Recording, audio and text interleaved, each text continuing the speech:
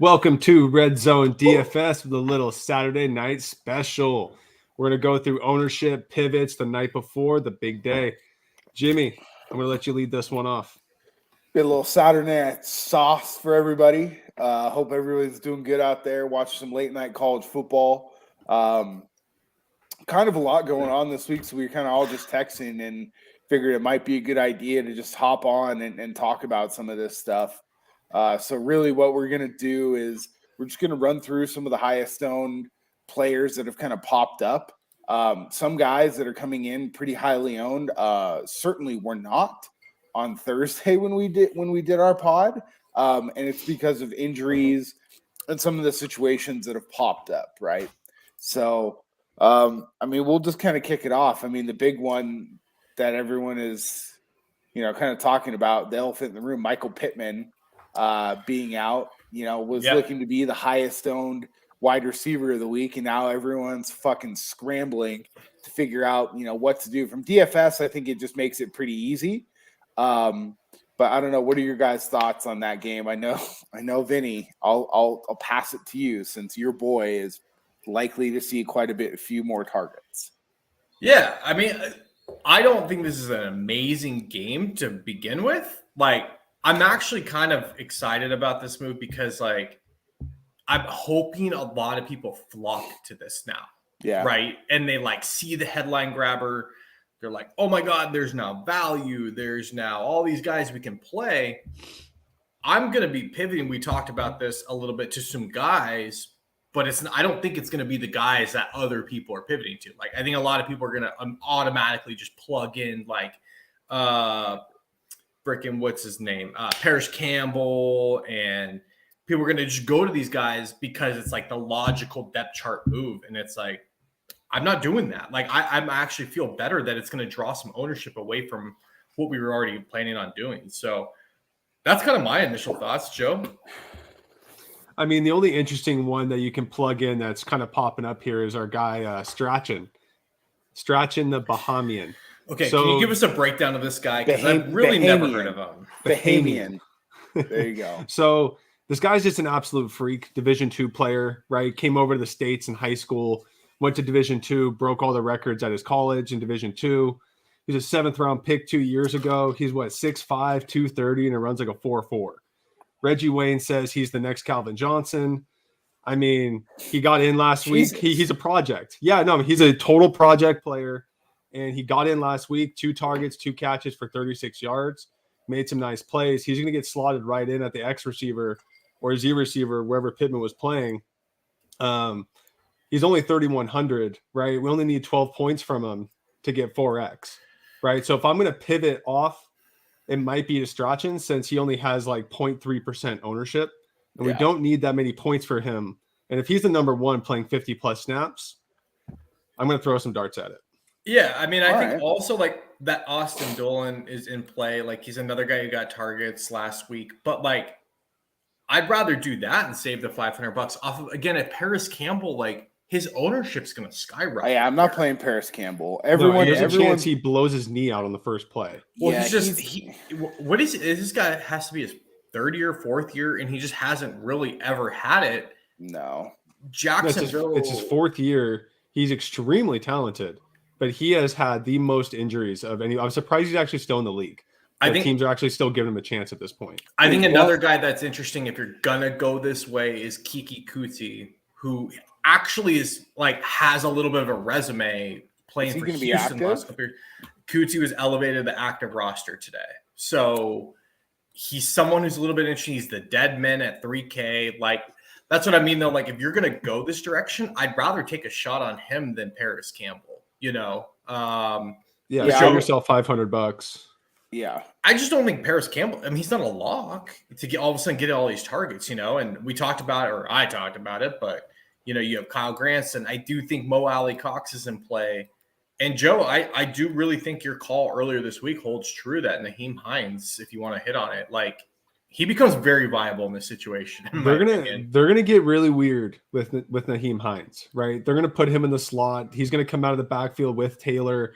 They're gonna have to get really funky on offense without having Pittman there. So I can see Hines having a lot of increased volume. What are you guys' thoughts on Jonathan Taylor now? I know we talked about it the other day about like his price point was just kind of insane. And we thought there was some value that could match kind of what he was doing or what he could do, right? We all know he's got like 30-point upside, but for him to pay off at 9,900 or whatever he is, I mean, he's got to go like 40 plus to kind of really pay. Do you think like the volume now shifting his way makes it more appealing, or are you more like he's going to get more ownership, so I'm even further off of him? So he's actually not coming in at, I've got him at around, 13 to 16% from what I'm looking at. And at 9,900, I think a lot of people, it's not an easy pivot for people. A lot of people have made their lineups already. It's one of the reasons why I only make about half my lineups ahead of time, is so I'm not having to make some like weird ass choices. But I don't think a ton of people are going to go like rush to play Jonathan Taylor just because you basically have to blow up your whole lineup to reconstruct it to get him in there. Unless you just wanted to pull out, okay, I'm playing Cooper Kupp, I would rather have Jonathan Taylor. That's just like an easy 1-for-1 swap.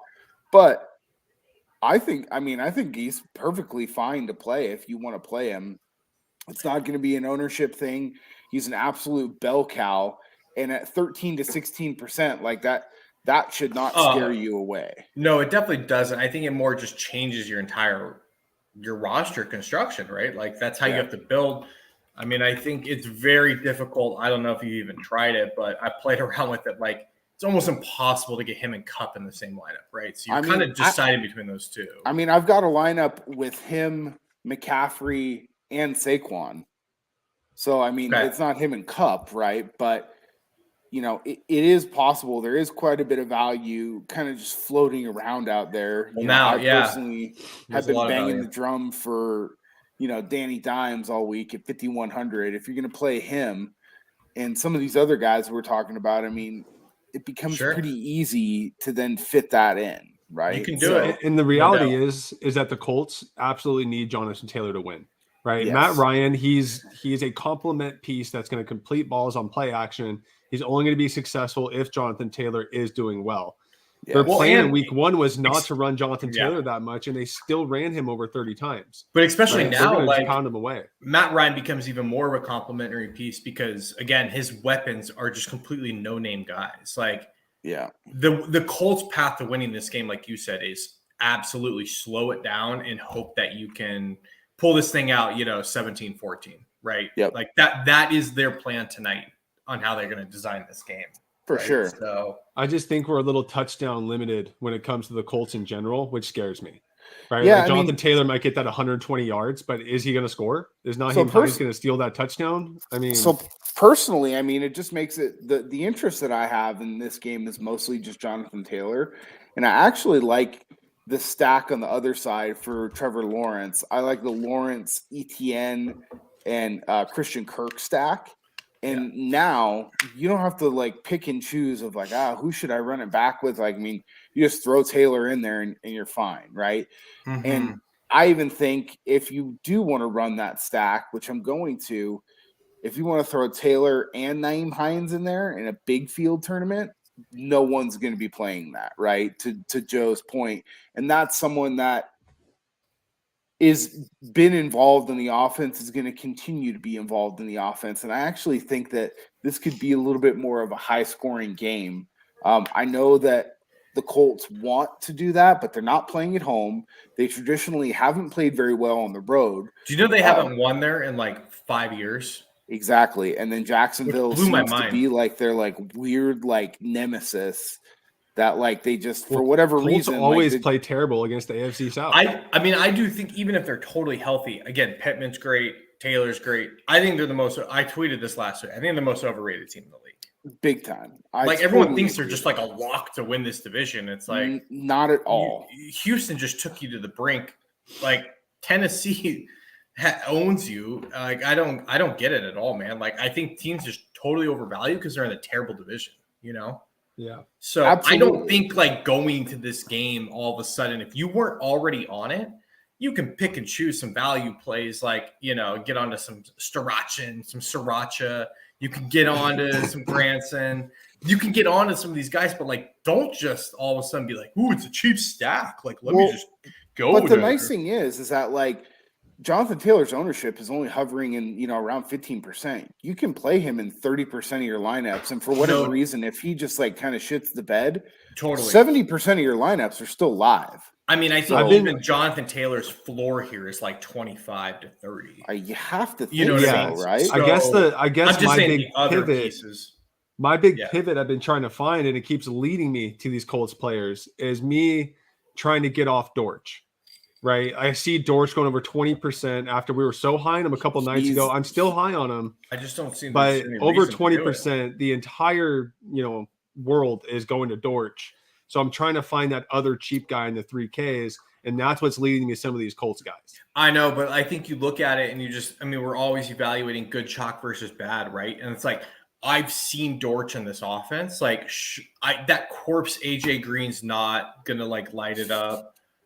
Marquise Brown's the only other guy. I mean, like, it's not a bad play, Dortch. You know what I'm saying? Like, you can lock it in. If it busts, it busts. But like, I don't think you have to get so creative that you go and take a shot on a guy that may get one target. Like, we don't know what this Colts offense is going to look like. Yes, and especially in like 3 max, like if you know that you're going to be different enough elsewhere, right? Then just take the free square. Just take Dortch. Yeah, just take him and just don't overthink it, because I think there's 10 different guys that we're looking at here for the Colts. Right, we're trying to pick and choose which one of these guys is going to be the guy, and I also do think, Joe, kind of your counter of what you were just saying. I think Dortch is going to go down in ownership because people are going to go to like Campbell and Dolan and some of these guys. Like, dude, Jim, what are you seeing? Because like when I pull up the ownership that I have, Dortch is at like 7%. I have Dortch at 20%. Yeah, hold on, let me just refresh this because that seems pretty insane. Maybe I'm like totally off my rocker here, but let's see. This was updated at 7:50. Okay. Pacific time. It just makes me feel like one of those sheep that runs to Dortch because everyone else is running to Dortch. It's like I've got Dortch at 14 to 16%. So like you're totally fine there. Yeah. All right, he's dropping then. All right, good. I mean, these people are pivoting off to these Colts guys probably. Well, let's go to ownership because I'm fading 100% all my lineups the highest owned player in the slate, and that's Daryl Henderson. Yeah, I mean, you couldn't pick an easier fade for me. If old Daryl Henderson beats me this week, then that's fine. If he went for like 27 points last week, I'd be like, wow, this guy looked pretty freaking amazing and explosive. And I understand why Cam Akers was benched. Dude, he got like, 12 points, 10 points? Yeah, he didn't look very good. I mean, that's an easy fade for me. Some chalk that I am going to be playing that like a lot of people are playing is going to be Leonard Fournette. I have some playoff Lenny too. So, and I think a way that you can get different too, if you just want to play these guys – and you really believe that, like, these guys, if you're playing a really chalky guy, you really believe that he's just going to absolutely smash and it's not going to matter and you're going to have him. A way that you can really differentiate your lineup is, especially with a running back, is play that defense, right? Sure. So, because if they're getting turnovers and they're going to be in short yardage situations and if they're going to be running the ball a lot, the other team's likely not going to be scoring a whole bunch. And you're likely going to be getting turnovers, right? So Leonard Fournette's won a defense that we were all talking about last night that I'm basically completely off because I would rather just not play any defense at 20+% ownership as the Bengals. I know that they're playing Dallas, but like I'll just play somebody else for cheaper. And if I want to get really weird, I'll play the fucking Dallas defense in some of these bigger tournaments that I decided to play this week. Yeah. I know it's a little bit more money, but so many people in their optimals, and especially in a big 150 field max tournament, you're going to get weird and play Dallas instead of playing the Cincinnati defense. And you're going to be gaining so much leverage on the field. Even if they just score you like 8 to 10 points and Dallas, for whatever reason, can move the ball. I mean, Cooper Rush isn't horrible. I think he can move the ball. I think a lot of people, I mean, the Bengals offense is going pretty low owned considering what we think they're going to do.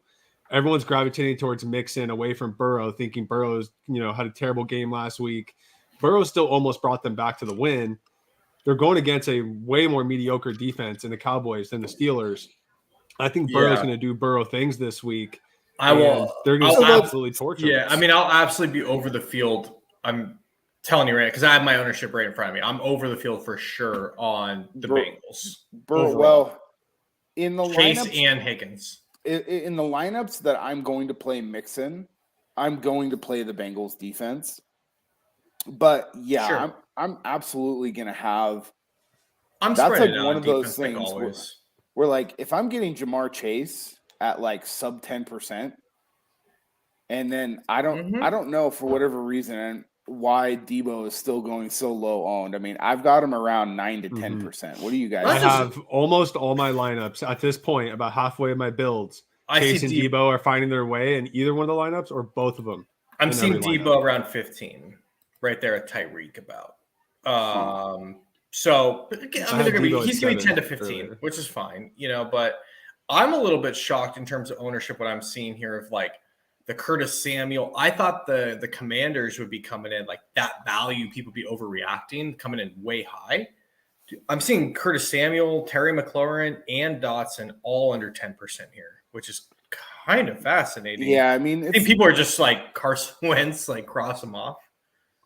Yeah, I mean that's basically what you're going with. I mean, and look, we talked about this the other night. Carson Wentz is a great fantasy quarterback, right? Yeah. Like he's going to throw. He's Jameis, so he's going to throw the ball all the time. He's going to have turnovers. He's going to throw touchdowns. That's a good point because a lot of people don't actually think of it in that terms. They're like, "Oh, he's a shitty football player." It's like, well, maybe, but I'm not playing real football. I'm playing fantasy football. Correct. And I'm playing DraftKings. A few other guys that I'm way over the field, like when I'm just looking at ownership here. I mean, I'm seeing Dortch really low, but Michael Thomas, what are you seeing? Because I have him here at like 7%. Yeah, I don't really have a whole lot of interest in Michael Thomas personally. I have a ton of him. I think he's in a great spot. I mean, do you? Yeah. He's gonna. I talked about it. I think this game has some sneaky shootout potential. I just don't know how much they're going to have the ball, and that's my big thing with it. Exactly. Well, Kamara's out, and we talk about corpses. Mark Ingram looks like his feet is in 2 cement cinder blocks, trying to run. Like all the more reason why. Like I want all the passing. Like I want Landry and Thomas and all over the place. Yeah, it's all about opportunity, right? Like, I just don't think Tampa's not the 86 Bears here. I just don't think that they're going to have that much. I just don't think that they're going to have that much opportunity, personally. Jim, they're still going to get 60, 70 plays in this game. Like, maybe. See, I don't know. Okay, so the thing is, I think what we should talk about game flow, I do think Fournette is a value, but like I think the Saints have some of the best like front 7 in the league.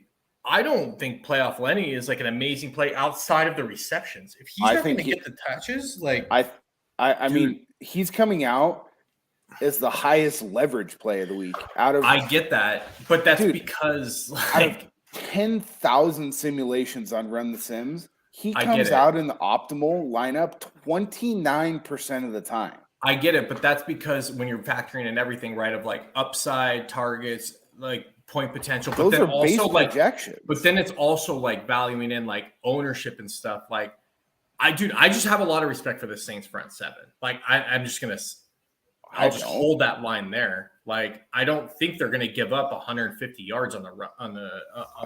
I have 0 Michael Thomas, and it might bite me in the ass, but like that's just me personally. That's fine. Yeah, I think Michael Thomas totally opposite. I'm 26% of all my lineups have Michael Thomas. The only reason I like Michael Thomas is because he is red zone dependent. He's going to get you those touchdowns. I just don't think he has that massive upside of getting you like a 30-point game unless he gets 12 plus catches. I don't know if Jameis is going to be able to do that. That's not Jameis's game. I think exactly. Like I think the Saints are going to I think they'll be lucky if they get into the red zone 3 to 4 times. I just don't think they have any running game. Like, there's nothing else there. So, and we know Jameis will huck and chuck all game. No, you know what you're going to see with this dude Carmichael is you're going to see like Taysom Hill pop up a lot more this week. Maybe, yes, but like no, the Bucs there's no maybe there. Not Taysom maybe. Hill, they're going to run. Taysom Hill's going to get at least 10 touches with no Kamara. That's maybe fine. 15 touches plus. I have more respect for the front sevens in this game that's going to force the pass. Like and again, Fournette's not a bad play. I have 20% Fournette in my lineups. Like I'm on him, no doubt about it. I think he's a great play. But like I'm just a little bit worried. Like I think this game is definitely going to be a little bit more passing and shootout than I think. Okay. I think we should move on to this Raiders Arizona game that everyone is flocking to the Raiders. All right, as the resident Raider fan, like give us your hot take here. Like that's look, Arizona gave up 44 points to the Chiefs last week, and everyone's going, "Oh, Arizona's terrible." No, the Chiefs are that goddamn good, right? The Chargers defense is really good. I mean, the Raiders and McDaniels, they got a lot of injuries right now too, and their offensive line is awful. The Raiders' offensive line is bottom 5 in the league. McDaniels is going to run that offense to do everything to protect his defense, right? And Arizona is going to bracket Adams. I think my favorite pivot this week is not going Adams and going Cup, right? Yes. Everyone's going towards Devontae Adams, and I just don't think it's going to be like last week. Derek Carr needs to know that if he's going to target one guy 17 times, he's going to fail. I have a lot of Renfrow this week. I think like a Renfrow Waller with a Cup instead of Adams is a great play. Okay. Right. But like I see Devontae Adams, he's the second highest owned player of what I got right now. Yeah, me too. Because of the targets he was getting last week. That's not going to replicate this week. Derek Carr at 13 to 16%. With again a terrible offensive line. And guys, you guys listening to this, Derek Carr is a scared quarterback. He has all the talent in the world. We all know that. But he's frustrating because he's a scared quarterback. Even when he had one of the best offensive lines in the league, he was still a scared quarterback. Right? It showed last week he had 5 turnovers. I don't think it's going to improve very much. Do you remember when Harbaugh said not to eat chicken because it's a scared bird? Yes. 100%. When he said that, eats chicken like every day. Yeah, absolutely. That's one of the best quotes I've ever heard. Big chicken guy, Derek Carr. Yeah, big fried chicken guy. But everyone's flocking to the Raiders, but it's like maybe you should be flocking more towards the Cardinals. The Raiders are missing, not only do they have bad linebackers in the first place, they're missing Perryman, their best linebacker, and they're missing their free safety and Trevin Merrick. The Raiders' defense is beat up. The way they're going to run their offense is to protect their defense. This game's going to go way lower scoring than I think people think. Yes. It's not going to be the track meet that everyone's expecting. I agree. I mean, I agree with everything there. It's just like I listened to a few different pods this week, and everybody was talking about like the Raiders-Cardinals game. I'm like, what the fuck what am I missing here? Like, and even like, you know, I'm not a big guy to bet the under a whole lot, but you know, at 52.5, I don't see that game going over. And the public is heavy on the over. Like 67% of the public is on the over. I think that game is more like a 24-21 or a 21-17 type finish. Yeah. I mean, it's not going to be a track 28-14, something like that. I mean, it's not. I do think like there is some. I have 0 of him right now, so don't think this is like me touting him, but there is a very like interesting dart throw with Kyler Murray here. I think Kyler, if you're going to play nobody's on. I think if you're going to play any part of that game, you just play Kyler and then like a Marquise Brown, and then just if you wrap it up. Not even that. You could just go Kyler on one side, Waller on the other side, and then you go pivot off the Cup on a different game. You don't even but Kyler by himself with nobody else, I think is actually a fantastic play this week. Yeah. Maybe not. I mean, like, I'm just saying, like, I mean, I'm seeing, again, not that ownership really matters for quarterbacks, but I'm seeing Kyler at like 5%. Like, well, yeah, I mean, he's going to, what if he runs into touchdowns? And, well, that's what I'm saying. You know, the Raiders are missing Trayvon Moehrig. They're missing Perriman, like Joe said. Like, I mean, have the Raiders shown that their linebackers are these great, like, athletic freaks that can, like, stop some of these really athletic guys? No. And they're trying to have that Divine Diablo be a linebacker, converted safety, and his coverage rate last week was one of the worst in the league. I just like that's what he's supposed to be good at. Like the Cardinals are not a horrible offensive team. Their defense sucks, but like they're not horrible. And it's like you talk about the Raiders, Joe. Like whenever anybody's like the public is like wildly on somebody, take the other side. Just take the other side. Like, you know what I mean? Like, because either A, it's going to be like not the public thinks, or B, maybe they're right, but that still means Kyler's chasing. Kyler played throughout the whole game last week chasing, and he still got 20 points. Didn't hit value, but like, if he pops in another touchdown or two, all of a sudden you're talking about 30, 40 points from Kyler. It's like, yeah. And with this Raiders offensive line, I mean, the Cardinals might be in position to get some short fields. Yes. This Raiders offensive line is that bad, and they're missing their starting center in Andre James.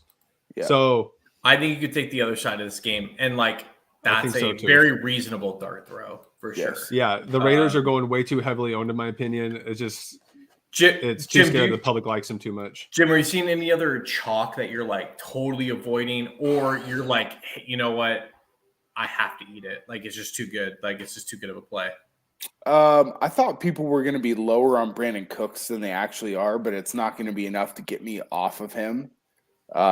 He's in the like mid 15s. It's kind of range. At, huh? Fucking this guy Albert O for Denver is climbing.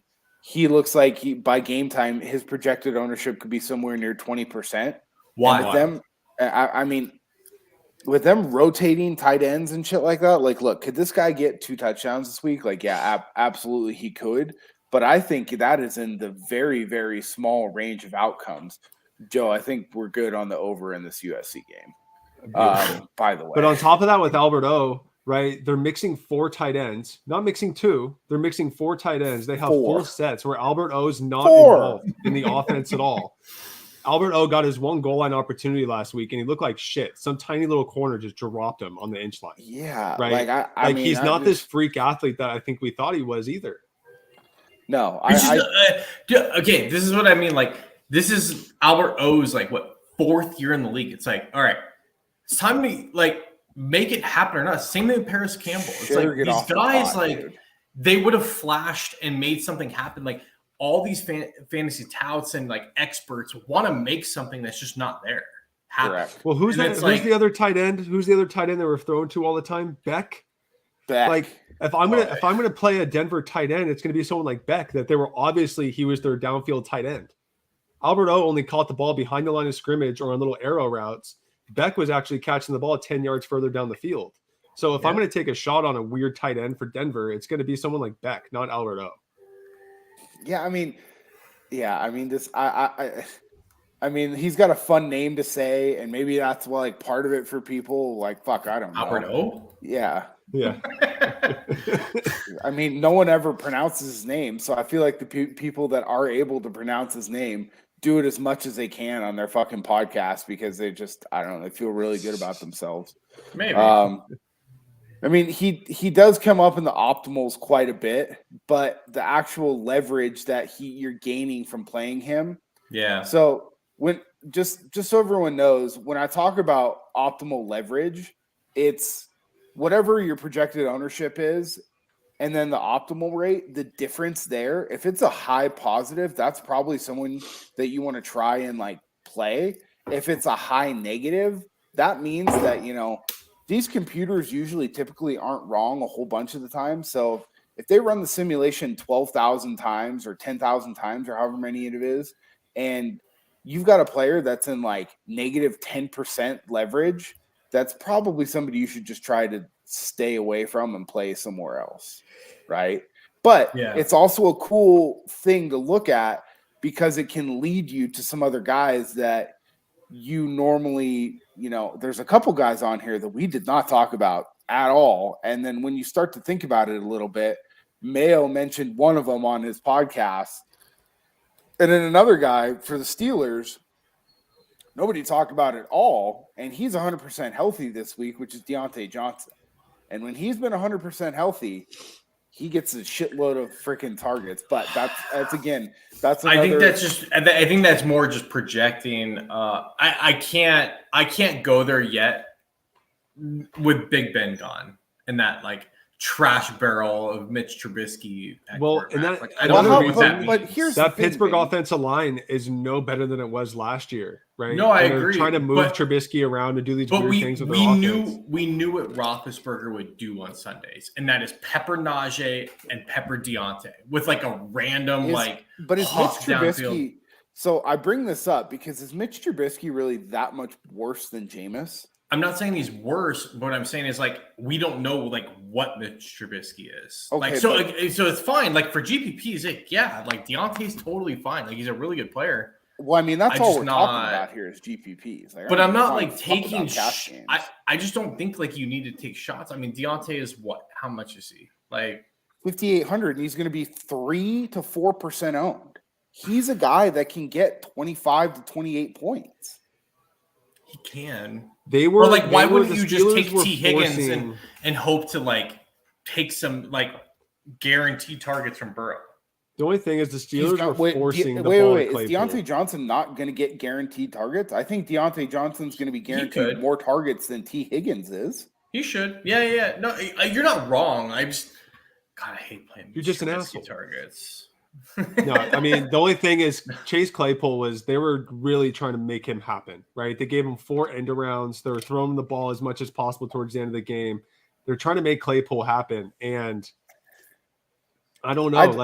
He's another one of those freaks. But I pointed out because he has a very high positive leverage rate, and it's not something that we talked about. So sometimes those are just kind of like those uncomfortable plays that you need to mix in. Another one, which is a cheaper wide receiver, which nobody's playing, which is Jacoby Myers at 4,400. He's like kind of the only guy there. He's kind of the only guy there. And then Cordero Patterson popped up on a pretty good positive leverage as well.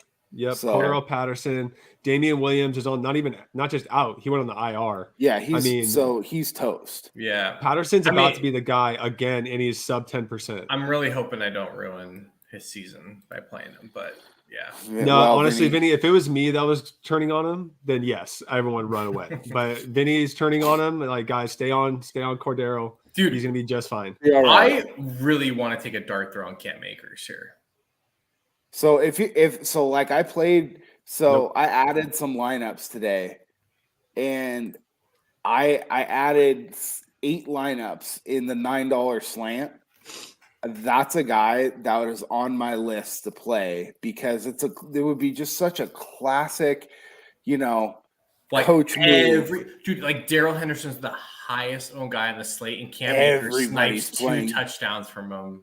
Yep, everyone's playing him, and then Cam Akers breaks off a couple runs for just massive yardage. Because look, McVay came out and said after the game, the reason Akers wasn't playing is because he needs to develop a better sense of urgency, which means he just had a really bad week of practice, right? Or Cam Akers came out this week and had a great week of practice. Or fell asleep in a meeting or something and he was punishing him or something.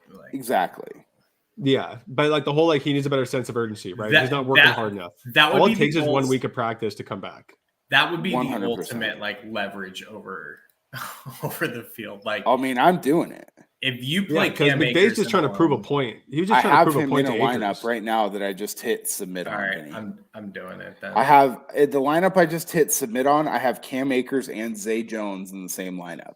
Ooh, that thing's either going to finish last. Zay Jones balled out last week. He's the number 2 there for sure. I know he is. He's another one that he came up 1, 2, 3, 4, number 5. Raiders should have never let him go. Out of all of the players on the slate in positive leverage, I like Zay Jones. He's showing up in the optimal lineup about 9% of the time, and he's only going to be 1 to 2% owned. I love it. I love the Zay Jones call. I'm on quite a bit actually this week. But it's just that tool right there is what led me to Zay Jones. I wasn't even considering playing him. Now I am because of that. I'm in. So that's I like where I'm going there. some other guys, like I'll go down to like the lower end of the ownership projections. A lot of people are steaming up Juwan Johnson. I don't know. 2,500. I guess they're just going for the Deadman floor as the tight end. I will not be doing that either. I don't know what the Giants are planning to do at receiver, but I feel like Sterling Shepard at 4,900 is a fairly decent play. I feel like there's no one else. I feel like if Sterling Shepard is healthy, you just play him and then finds out.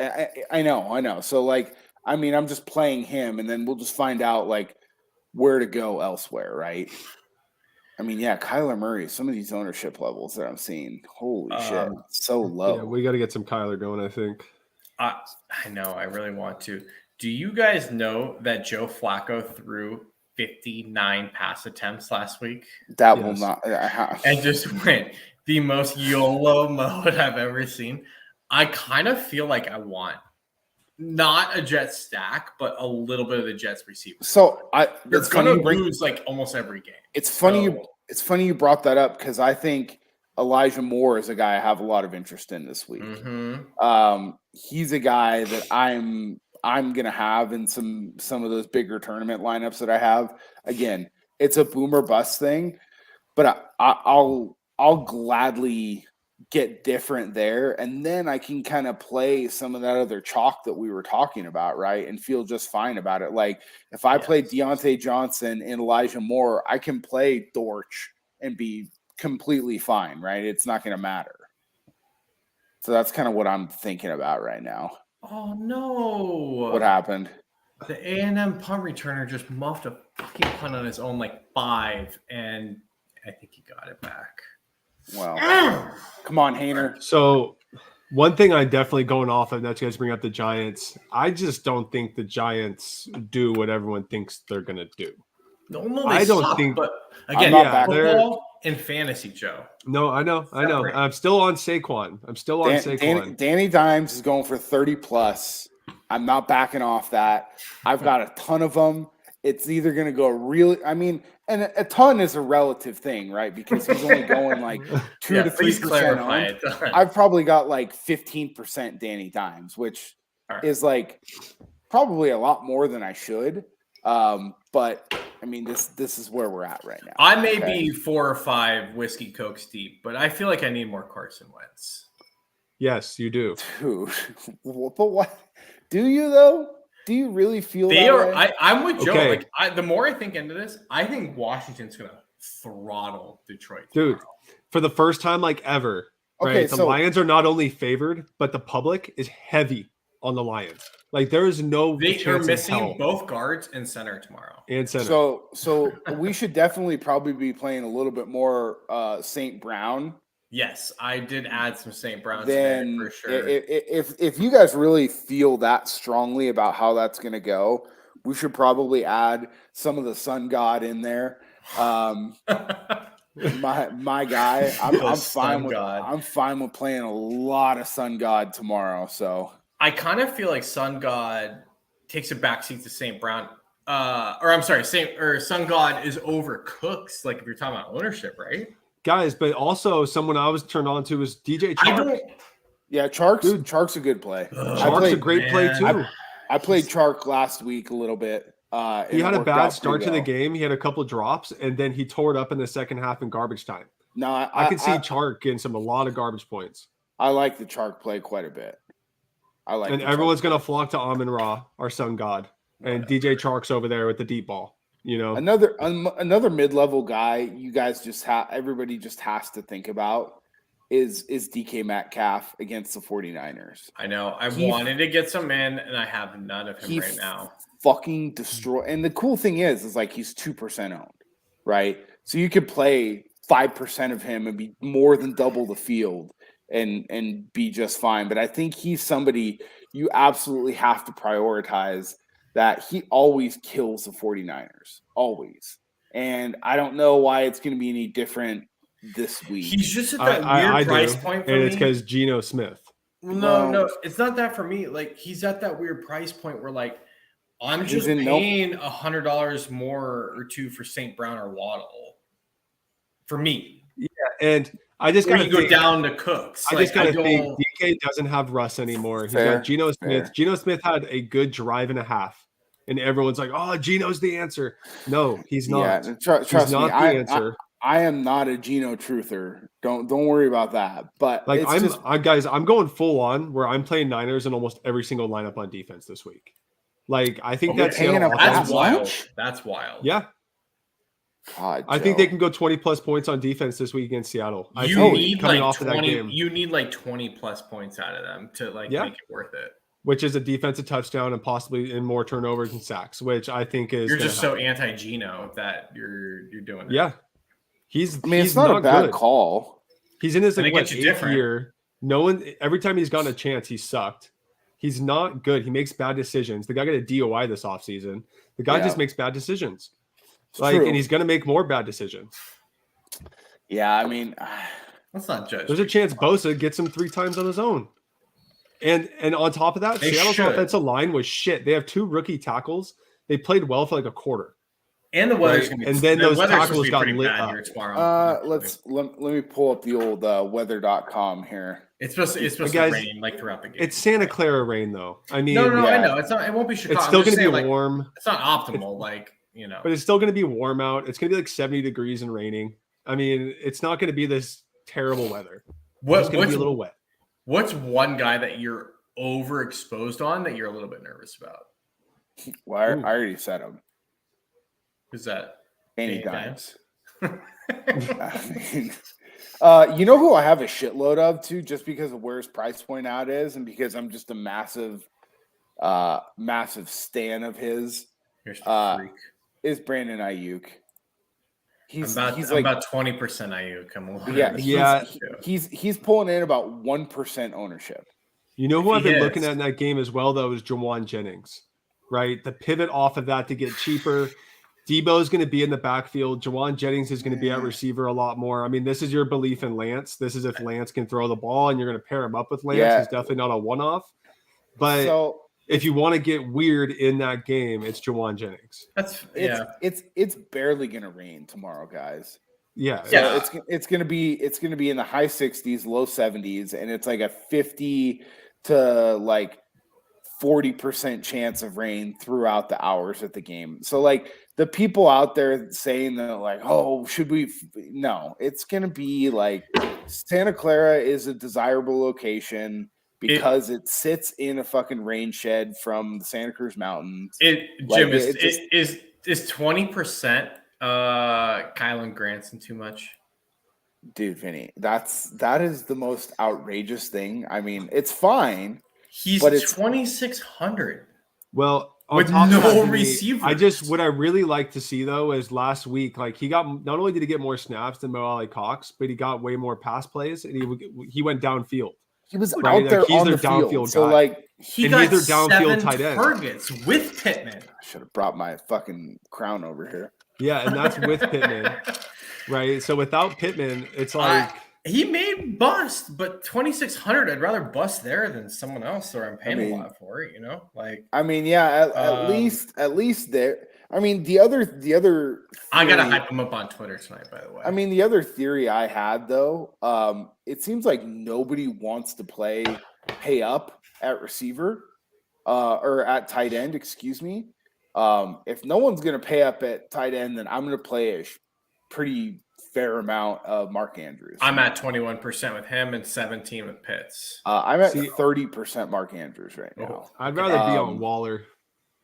I mean, that's fine. You can play Waller. I just don't. I know your theory, Hainer. I mean, you can just say last week, right? Last week you had Waller with Derwin James the whole game, while Derek Carr was just throwing at Devontae the whole time. I get it. Arizona's smart. They're going to bracket Devontae. There's no guarantee that he doesn't go right to Adams the whole time. Like I don't really blame him.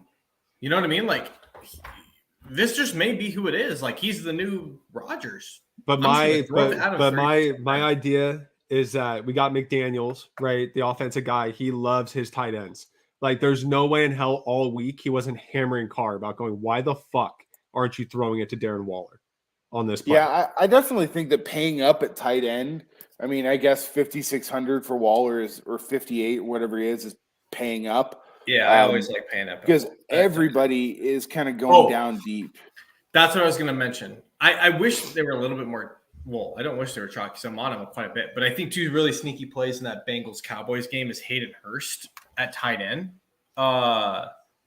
Dude, he got 8 targets last week. I know T. Higgins was out, but like it's 3,600. And then I think another one that is pretty sneaky in the 4Ks is Tyler Boyd.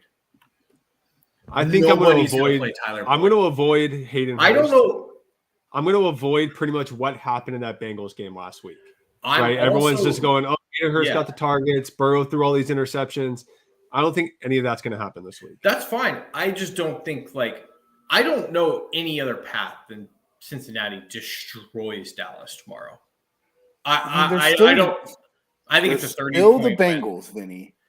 I get it. They're coming off. They play games close. They play games close. That's great. They came off a Super Bowl and looked flat out unprepared against a far less superior team last week. Well, Dallas last week also came out and just looked like they weren't even an NFL team. But the Dallas defense is if there's a strength to that team, it is the defense and it is the pass rush.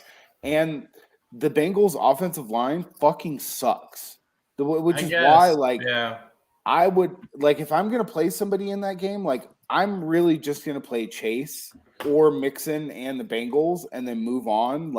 If Burrow goes nuts, he goes nuts. I'll just get all of that with Chase and I'll just go elsewhere with quarterback. I'm just not overreacting. I'm not overreacting to what happened last week. I'm gonna consider last week as a dress rehearsal. The Bengals didn't play any starters in the preseason. Totally. I think this week they're going to look a lot more formidable. I think Cincinnati's still a pretty damn good offense. So even their offensive line, they look like shit last week, right? The offense looked like shit going against TJ Watt and company with the Steelers.